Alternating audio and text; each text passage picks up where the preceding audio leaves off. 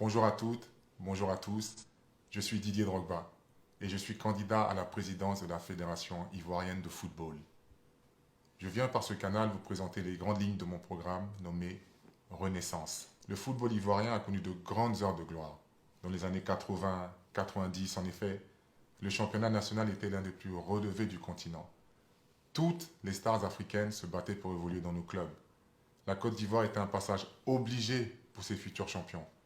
Nos équipes locales ont connu d'historiques succès en coupes africaines. Nos stades étaient remplis. Les rivalités battaient leur plein.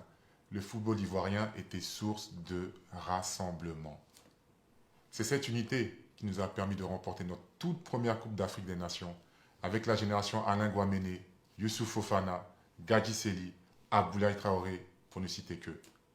Et ce sont nos aînés qui nous ont inspirés et nous ont permis d'offrir à la Côte d'Ivoire, pour la toute première fois de son histoire, une participation à la phase finale de la Coupe du Monde 2006 en Allemagne, puis 2010 en Afrique du Sud et enfin 2014 au Brésil. Mais l'apogée de tous les efforts fournis par cette génération dorée a sans aucun doute été 2015 et le sacre continental à Malabo, en Guinée équatoriale. Nos équipes nationales de jeunes ont elles aussi porté le drapeau de la Côte d'Ivoire très haut sur le continent en 2017.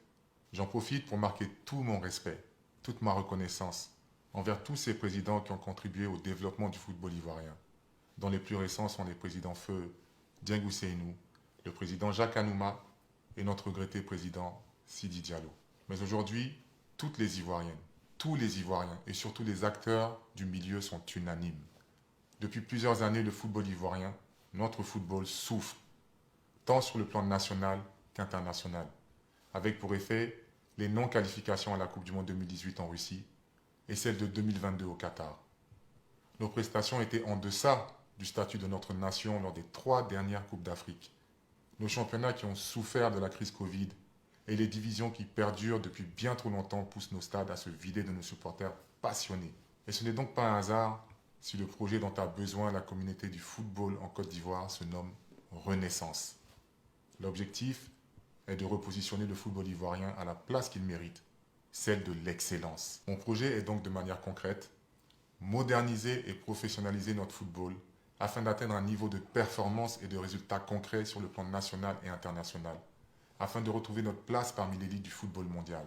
Pour ce faire, mon équipe et moi avons travaillé sur un projet qui s'articule autour de 4 piliers principaux.